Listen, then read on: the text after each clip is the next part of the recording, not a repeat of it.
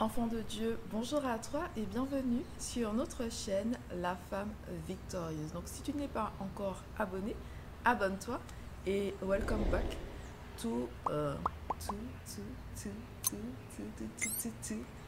Ben, bienvenue à ceux qui me suivent depuis 2020.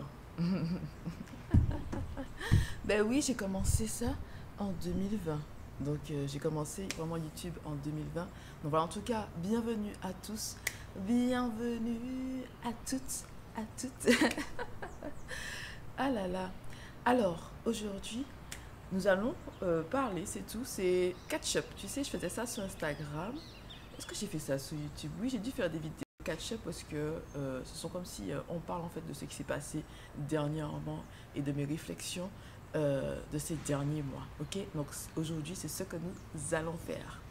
Alors, nous allons commencer par ça.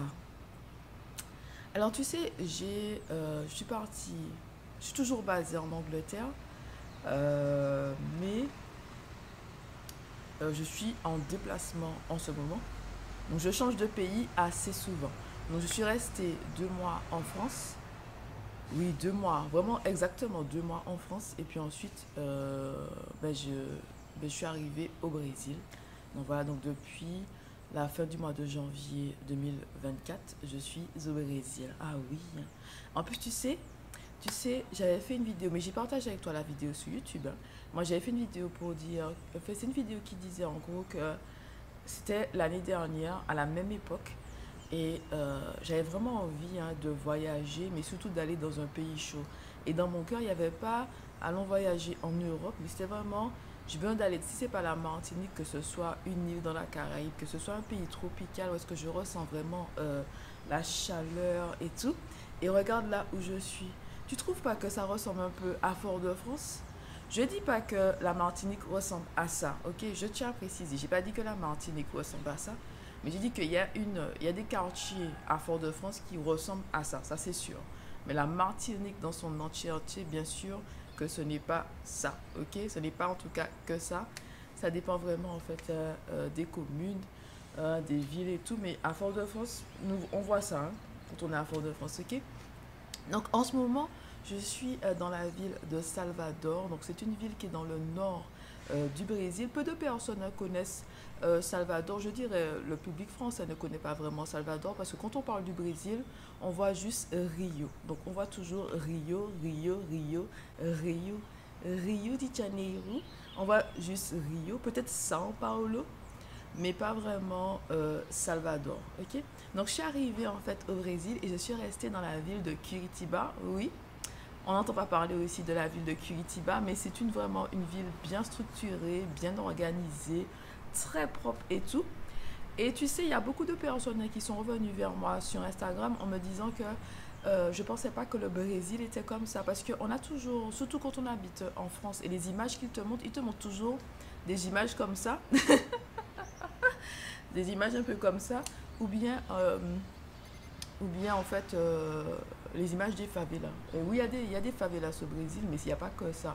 Et franchement, tout ce que tu trouves en Europe, tu le trouves au Brésil. Les marques et tout. Je partageais quelques vidéos avec toi tout au long de cette vidéo-là, pour que tu puisses voir un peu le Brésil. Moi, je suis arrivée en fait au Brésil sans aucune attente.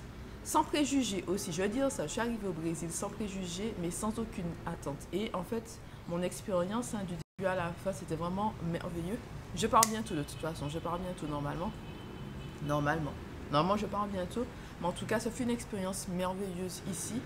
Les gens, ils sont vraiment accueillants, bienveillants. Bien sûr qu'il y a de mauvaises personnes partout. Voilà, je te dis que les gens sont accueillants et bienveillants, mais il y a de mauvaises personnes partout, ok? Donc, et oui, avant de venir au Brésil, tout le monde m'a dit, oui, est-ce que tu es sûr que tu vas au Brésil parce que c'est dangereux? Oui, quand tu es ici, il faut faire attention, d'accord? Il y a des trucs que tu ne peux pas faire, que je fais par exemple quand je suis en Angleterre, en tout cas à Londres, et que je ne peux pas faire en étant au Brésil parce que tout simplement, voilà quoi. Tu veux pas non plus, oh, je suis une touriste et tout, venez me braquer. Donc, non, ok? Donc, il y a des trucs que tu ne peux pas faire, tu dois faire attention, tu dois être vigilant, vigilante quand tu marches dans la rue. Il faut regarder toujours autour de toi, qu'est-ce qui se passe. Éviter de marcher avec son portable. J'ai dit éviter, mais ne pas marcher avec son portable dans la main. On utilise le téléphone, on remet le téléphone. Il faut faire attention lorsque tu sors ton téléphone aussi. Donc voilà, mais en tout cas, passons. Mais en tout cas, so far so good. Franchement, j'ai vraiment apprécié mon séjour au Brésil. Et comme je t'ai dit, c'est quelque chose. C'est-à-dire que j'ai parlé de ça dans une vidéo spécifiquement l'année dernière, mais je ne m'attendais pas à être au Brésil cette année. J'ai dit ça en me disant que, bon, écoute, j'irai au Brésil peut-être dans 5 ans, tu vois, mais pas l'année qui suit. Et même si le Seigneur m'avait dit déjà d'apprendre le portugais brésilien, mais je ne m'attendais pas à ce qu'il m'envoie au Brésil, en fait, cette année.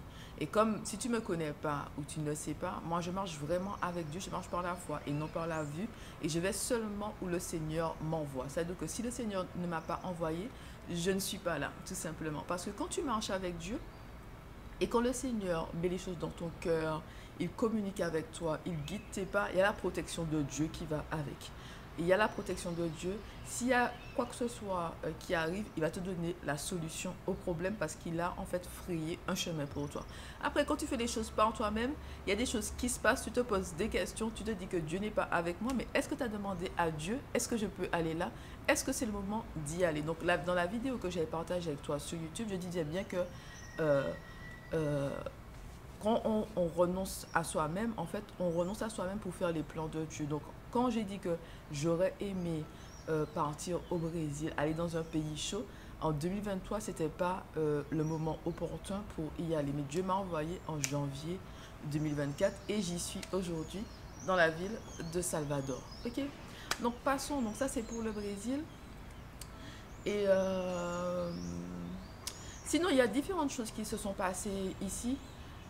Euh, Ici, j'ai eu vraiment deux événements qui m'ont frustré en fait. Hein. Deux événements qui m'ont frustré, mais c'est par rapport à la langue. Et c'est deux événements où j'ai pas pu en fait me défendre ou m'expliquer parce que je maîtrise pas le portugais brésilien comme je maîtrise le français et l'anglais. Tu vois, je suis restée vraiment, je suis toujours basée en Angleterre, mais ça fait longtemps que je suis basée en Angleterre. Hein. Ça fait plus de 10 ans, même 12 ans. Donc voilà. Euh, et je maîtrise les subtilités de la langue anglaise, tu vois. Mais la langue portugaise, je parle couramment, mais il y a des niveaux différents en fait. C'est-à-dire que quand tu es vraiment bilingue, tu maîtrises les subtilités de la langue et puis tu peux remettre les gens à leur place. Donc moi, j'aime dire que maîtriser une langue, c'est savoir remettre les gens à leur place dans leur propre langue, tu vois. Ce que je peux faire en créole, en français et en anglais, mais pas en portugais et en espagnol. Mon niveau n'est pas assez élevé pour pouvoir en fait me défendre vraiment de la manière, hein, de la bonne manière. Et ah là là. Mais la meilleure manière, tu sais, la meilleure langue pour mettre les gens à leur place, c'est le créole. Moi, je pense. Hein. Donc voilà. Mais donc il y a eu deux moments où je me suis sentie frustrée et tout. Et j'avais ressenti ça quand j'étais en Angleterre il y a très longtemps. C'est-à-dire que il faut accepter le processus, que quand tu commences quelque chose, tu ne vas pas maîtriser tout ça tout de suite, mais avec le temps, tu maîtrises.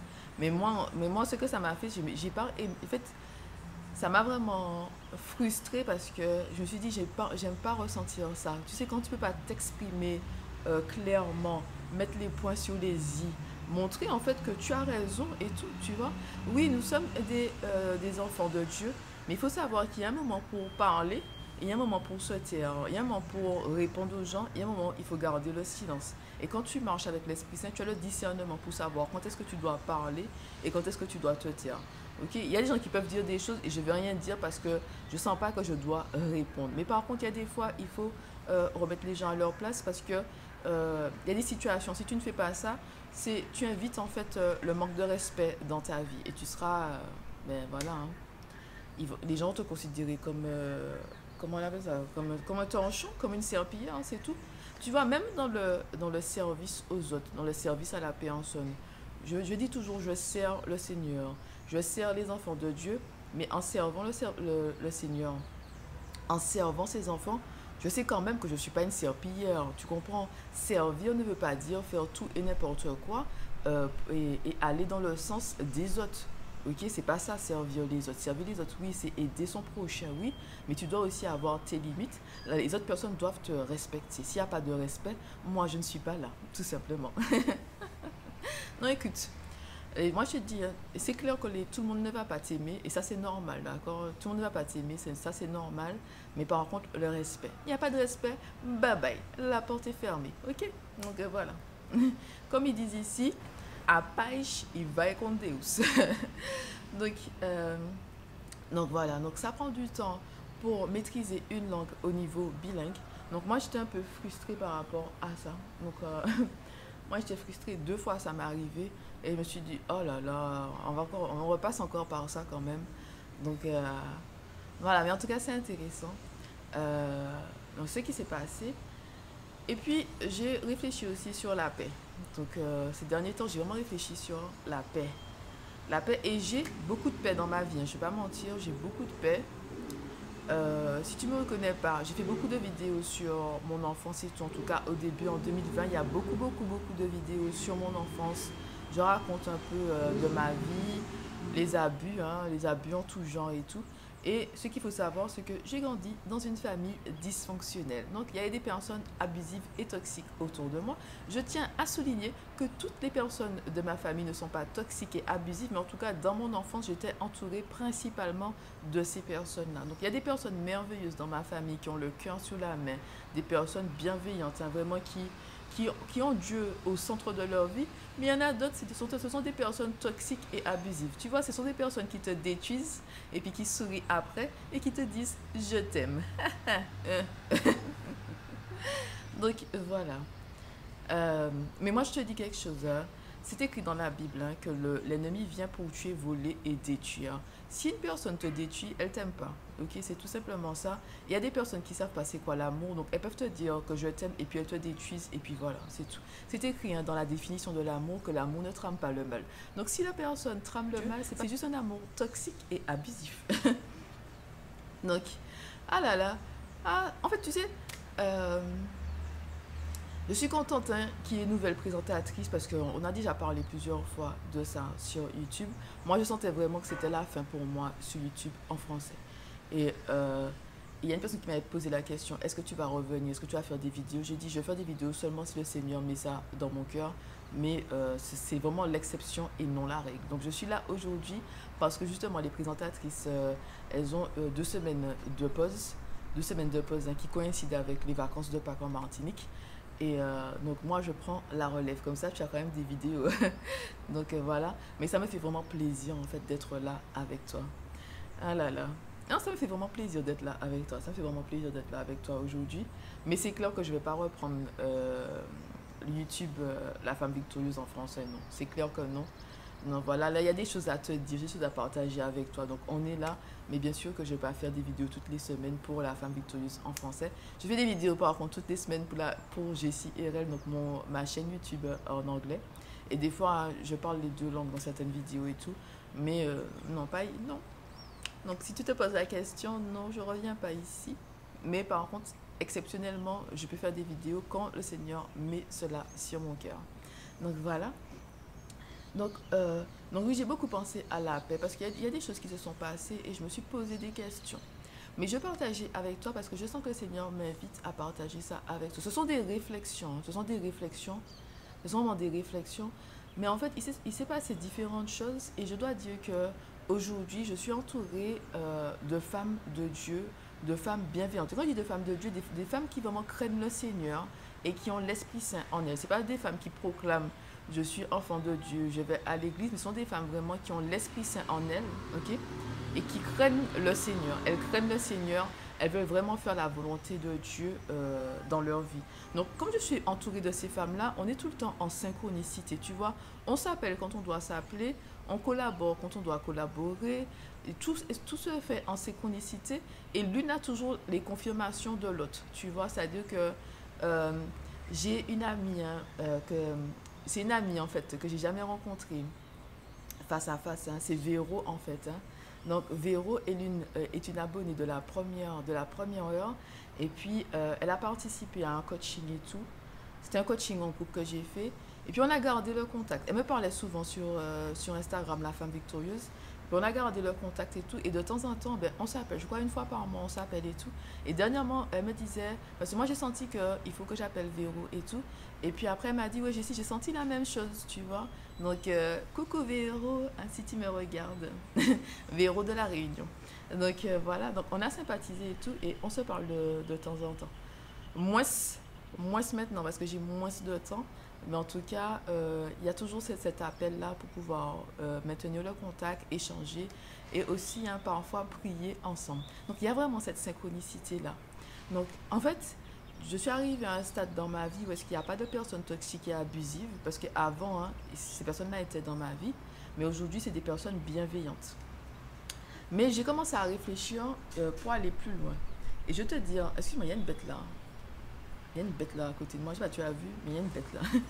Mais pour aller plus loin, pour te donner du contexte, alors, pour te donner du contexte, euh, alors je donne aujourd'hui, tu vas comprendre, hein, tu vas comprendre, je donne aujourd'hui des cours d'anglais pour les femmes de Dieu. Donc, en gros, il y a une personne proche de moi qui m'a dit, Jessie, est-ce que tu donnes des cours d'anglais? Mais elle m'a prise vraiment au dépourvu parce que c'est comme si out of the blue, c'est comme si euh, un jour, elle m'envoie un audio pour me dire, ouais, parce que moi, j'utilise le site italki pour pouvoir avoir des cours de portugais et tout. Donc moi, je recommande ce site-là aux gens d'utiliser italki. Et puis, j'ai un lien d'affiliation aussi que je vais mettre en bas hein, si tu es intéressé. Et puis, elle m'a dit, oui, Jessie, tu donnais pas des cours d'anglais par hasard parce que j'ai pris des cours d'anglais, c'est bien, mais j'aurais préféré prendre des cours d'anglais avec une femme de Dieu et tout. Et toi, tu parles anglais au niveau bilingue, donc est-ce que tu donnerais pas des cours d'anglais? Mais elle m'a envoyé cet audio-là. Moi, j'étais surprise parce que je suis là. Moi, j'étais surprise, mais surprise toujours. Tu vois la bête là, mon bête. Tu vois, est-ce que tu as vu hein? Donc moi, j'étais surprise, tu vois.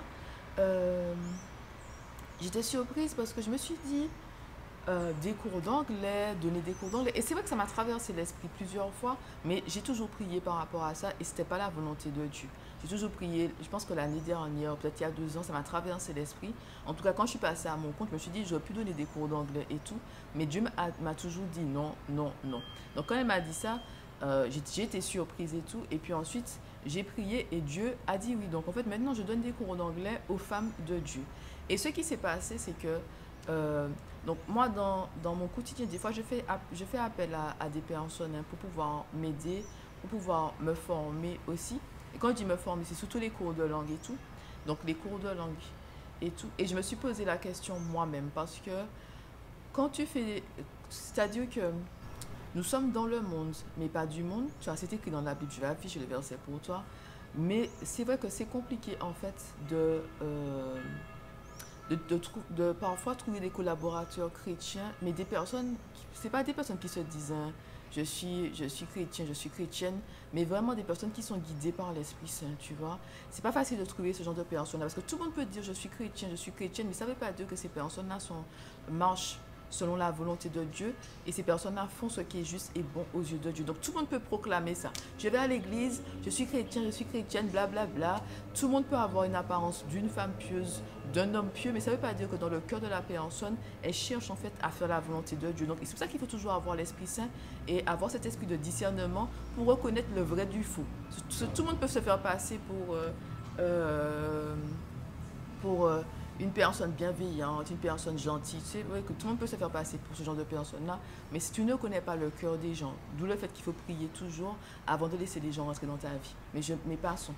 Et en fait, elle m'a dit ça, et moi-même, j'ai été confrontée à quelque chose, et je me suis posé des questions par rapport à ça. Je me suis posé des questions par rapport à ça, parce que je me suis dit que euh, c'est mieux, en fait, hein, quand tu es entouré de personnes qui sont au pied de Dieu.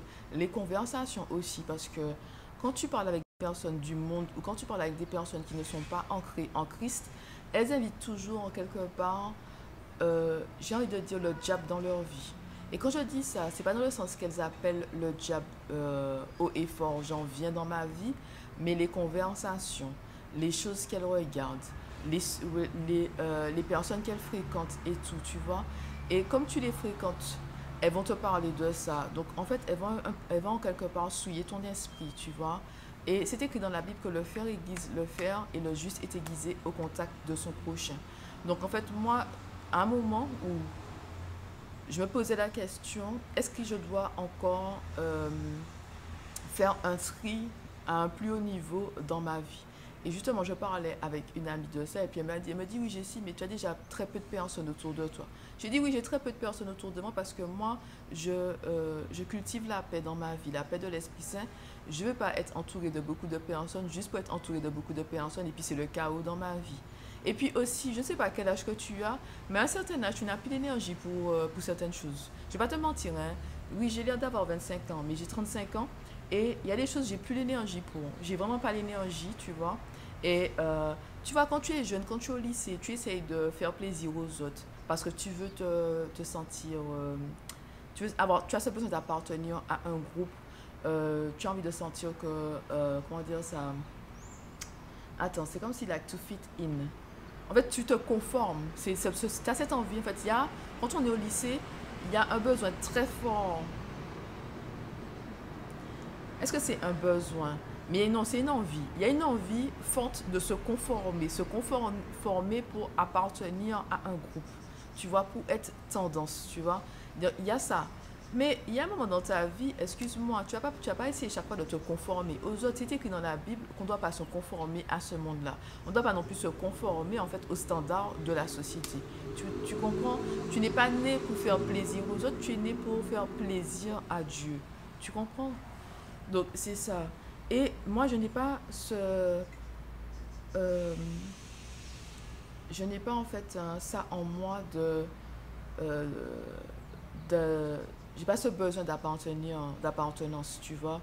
Je me justifie dans mon identité en Christ et puis je sais qui je suis. Et j'ai vraiment confiance en moi et j'ai pas besoin en fait d'appartenir ou bien de faire plaisir aux autres ou de montrer que je suis X ou Y pour que les gens m'aiment. Moi j'ai à dire, tu m'aimes pas, c'est pas mon problème, tout simplement. Donc tu m'aimes pas, passe ton chemin, c'est tout.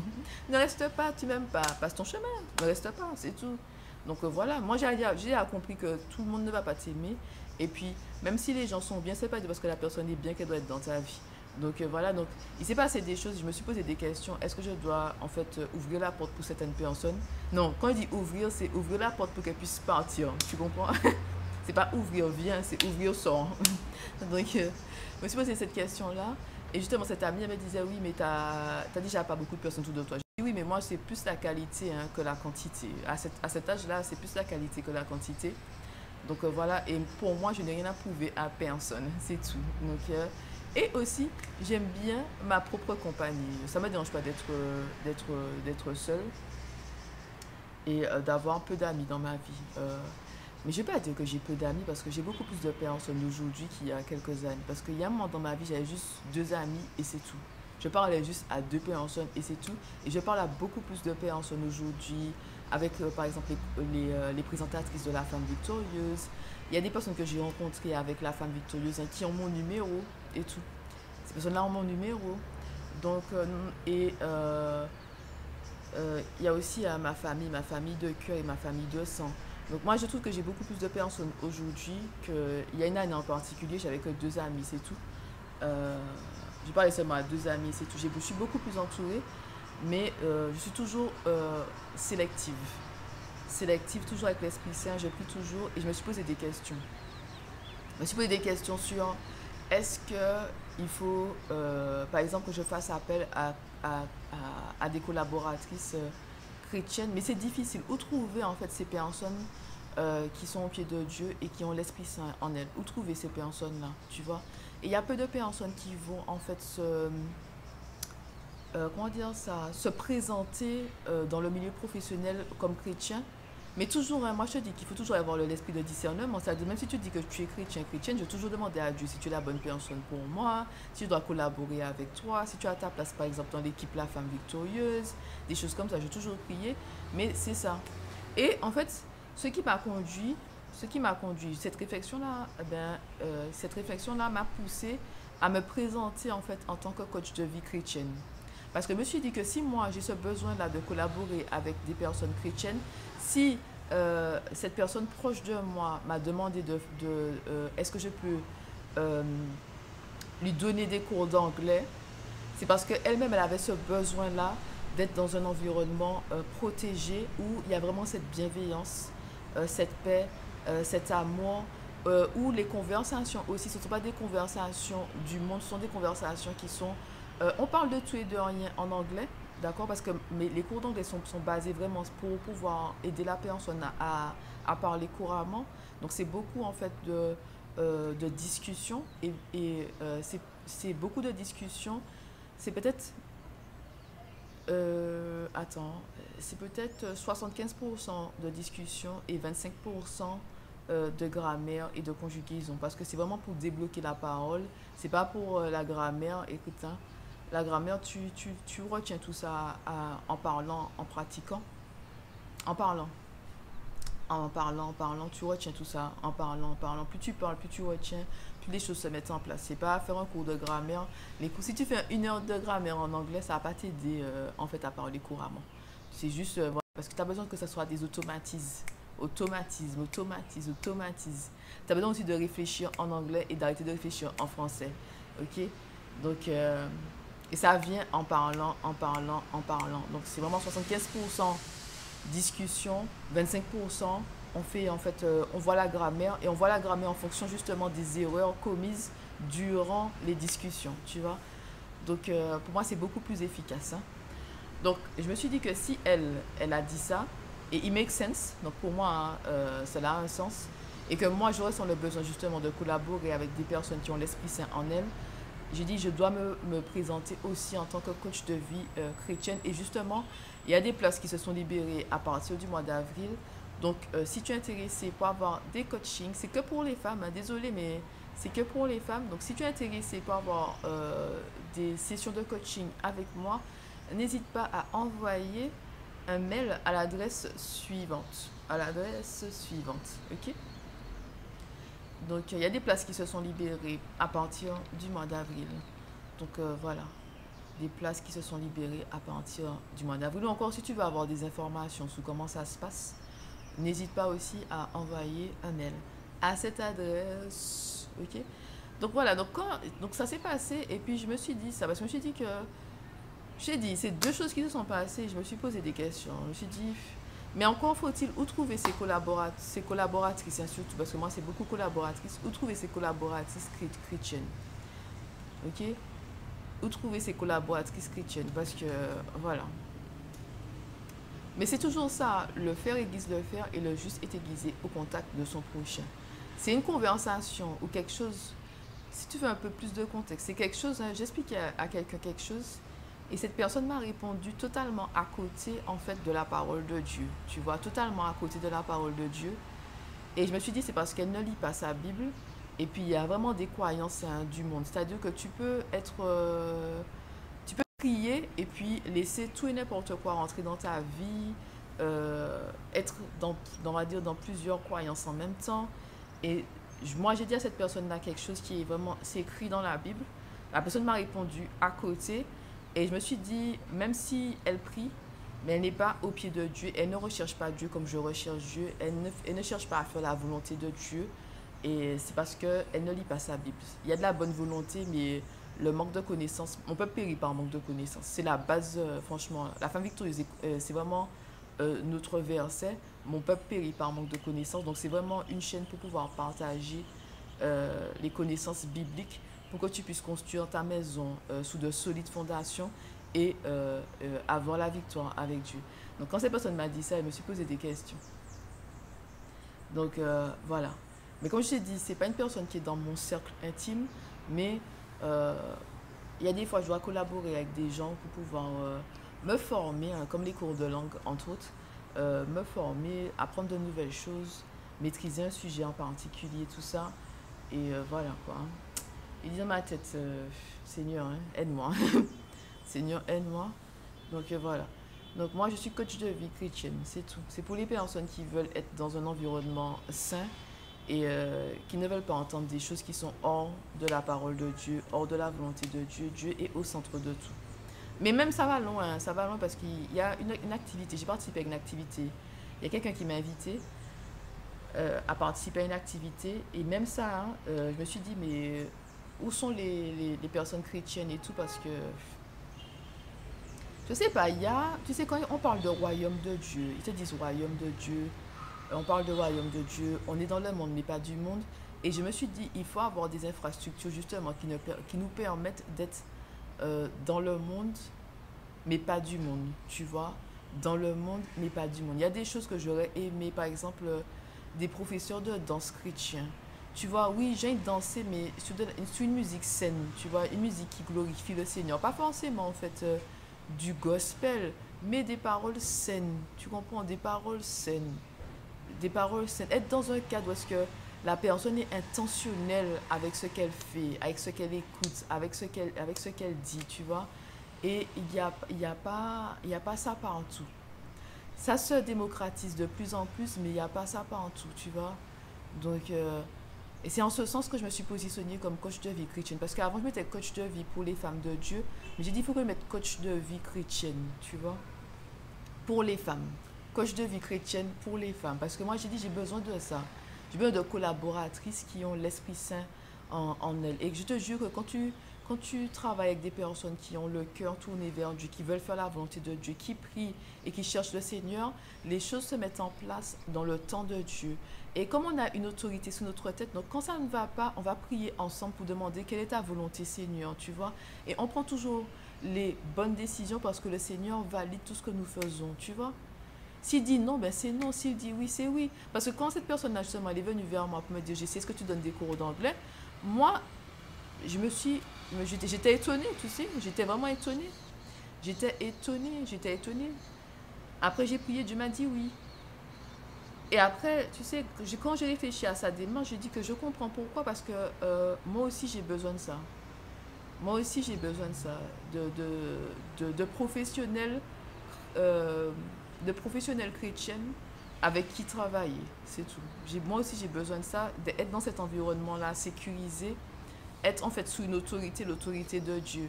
Et pas, tu parles à quelqu'un, la personne est bien, oui, mais les sujets de conversation, des fois, excuse-moi, euh, tu vois, il y a une différence entre, on va dire, la personne, en fait, elle commence son chemin de foi. Et tout. Elle a cette volonté en elle de trouver le Seigneur. Elle craint le Seigneur, mais il y a un manque de connaissances. Et puis, il y a ces personnes-là qui sont entre plusieurs, on va dire, croyances. C'est-à-dire, elles mélangent tout. Hein, on met tout dans le même sac. On mélange tout. Oui, on croit en Dieu, mais on croit ceci, on croit cela, on croit nanana. Non, c'est-à-dire, il y a des bébés chrétiens qui n'ont pas les connaissances, mais qui ont soif de connaissances, qui veulent faire plaisir à Dieu. Des fois, ces personnes-là font des choses, mais elles ne savent pas en fait que c'est pas la gloire de Dieu, tu vois, parce qu'il n'y a pas la connaissance, mais il y a ce désir en elles d'avancer. Et puis, il y a des personnes qui accueillent tout et n'importe quoi, qui font un mix pour toi et qui te disent ça c'est bon et ça c'est bon aussi. Quand clairement dans la parole de Dieu, c'est écrit que ça c'est pas bon, tout simplement. Tu vois. Donc voilà. Donc c'est tout. Je crois que j'ai parlé beaucoup sur ça, mais en tout cas, je t'invite à prendre du recul hein, sur ce que j'ai dit. Je pense que c'est tout. Je pense pas que j'ai autre chose à dire dans cette vidéo-là. Mais c'était vraiment en fait les highlights, donc les points forts. Highlights, les points forts en fait hein, de ma vie hein, ces derniers mois. Puis bien sûr, je suis au Brésil, donc ça fait du bien d'être au Brésil. Ça fait du bien d'être dans un pays chaud. Le Brésil est très grand, d'accord? Le Brésil est très grand. Donc quand les gens disent il fait chaud au Brésil, non, il fait chaud dans certains états du Brésil, mais si tu vas dans le sud, il fait frais en fait. Donc, parce qu'il y a différentes températures hein, dans le pays, parce que le Brésil, si tu regardes le Brésil sur Google Maps, c'est gigantesque. Ok, c'est gigantesque. Euh, pour pouvoir se déplacer au Brésil, des fois tu dois prendre un avion. En fait, en tout cas, moi je me suis déplacée seulement en avion ici. Et des fois c'est 2 heures de vol. Ok, 2 heures de vol et tu es toujours au Brésil quand tu fais les 2 heures de vol. Ok, donc, non, mais va regarder sur la carte le Brésil, tu verras. J'étais à Curitiba, j'ai fait São Paulo, Rio de Janeiro, et là je suis à Salvador. Et Salvador, c'est beaucoup plus dans le nord. Et Salvador, les températures, c'est comme si on était aux Antilles. Il fait beau. Ah, mon Dieu, mais tu sais que je suis restée en Angleterre longtemps. Hein. Je suis basée en Angleterre. Je vais retourner de toute façon. Regarde, hein. Il fait beau. D'accord, tu te réveilles tous les jours. Il fait beau. Il fait chaud. Il est. Attends, je te dis l'heure. Il est 7h15, tu comprends? Il est 7h15. Donc je suis sur la terrasse là, parce qu'il fait pas chaud. Il y a de l'atoll là, tu vois. Donc je suis venue ici très tôt pour faire les vidéos, parce que je sors tout à l'heure. pour faire cette vidéo-là, parce qu'il fait encore frais. Mais dans 1 heure, 2 heures, il va faire super chaud, tu comprends? Donc, j'ai l'impression d'être en Martinique, à Salvador. Tu sais, juste ça là, le soleil, la chaleur, les gens et tout. Bien sûr qu'ils parlent portugais dans la rue, donc on va pas entendre le français. Mais j'ai cette impression-là, dans l'air en fait, hein, dans l'air et tout, j'ai l'impression d'être des fois en Martinique. Quand je me réveille, j'entends les oiseaux chanter et tout, il fait déjà jour. C'est vraiment, ça n'a pas de prix, tu vois, ça n'a pas de prix. Et le soleil se couche en même temps hein, qu'aux Antilles, donc ça n'a pas de prix. Ça me fait du bien. Je voulais vraiment être dans un pays tropical, en tout cas dans cette région-là. C'est vraiment la région tropicale par là. On est prochain de l'équateur, du côté de Salvador. À Curitiba, c'était un peu comme à Londres parce que des fois les températures descendaient à 14 degrés le matin, le soir 14 degrés. Des fois, je crois que ça descend un peu plus bas. Et il pleuvait comme si on était à Londres. C'était incroyable ça. À Curitiba, des fois il faisait gris comme si j'avais l'impression d'être à Londres. Je me suis dit, mais je ne sais pas que en regardant seulement le temps, je ne dis pas que l'environnement, l'architecture, non, pas l'architecture, mais c'est juste le temps en fait. Et à São Paulo, il faisait chaud, Rio aussi et Salvador, ouais. Donc, donc voilà, mais je pense que c'est tout. Hein. C'est tout. En tout cas, ça m'a fait plaisir hein, d'enregistrer cette vidéo pour toi. J'espère que tu as apprécié hein, les images, les vidéos sur le Brésil. Et encore une fois, je te dis que le Brésil, c'est plus que les favelas. Ne reste pas... va au-delà en fait de ce qu'on te présente dans les journaux, de ce qu'on te présente aussi dans les documentaires. Parce que quand il y a des documentaires, en général, ils vont où? Ils vont dans les quartiers comme ça. Et tu as l'impression que le Brésil, c'est ça. Le Brésil, il y a ça, mais il y a autre chose aussi. Euh, franchement, tout ce que tu trouves en Europe, il y a au Brésil. Les marques et tout, tout ce que tu trouves en Europe, il y a ça au Brésil. Voilà. Et le Brésil est tellement riche culturellement parce il y a différentes cultures dans un pays, tu vois. Il y a le peuple indigène, il y a le peuple noir, il y a les descendants européens ici. Donc il y a vraiment de tout. Et même en fait l'architecture, mon Dieu, l'architecture. L'architecture de l'époque coloniale, c'est incroyable, c'est tellement beau et magnifique. Je vais partager aussi des vidéos avec toi là, ok? L'architecture, hein, oh là là, c'est magnifique. Hein. Je sais pas, mais je suis assez longtemps à contempler certains bâtiments parce que c'est beau, les couleurs aussi et tout, c'est magnifique. Hein. Ah, c'est magnifique. Et Rio, c'est à faire. Hein. Rio, c'est à faire. Au moins une fois dans ta vie, c'est à faire, ok? Donc voilà, donc c'est tout. Merci. Hein. Si tu es resté avec moi jusque-là, franchement, merci beaucoup hein, d'être resté avec moi jusqu'à la fin. Et la prochaine vidéo, bah, tu vas me retrouver dans la prochaine vidéo parce que, comme je t'ai dit, les présentatrices sont en pause pendant 2 semaines. Donc c'est moi que tu retrouveras dans la prochaine vidéo la semaine prochaine. Ok? Donc bonne semaine à toi et à très bientôt. Allez, bye bye!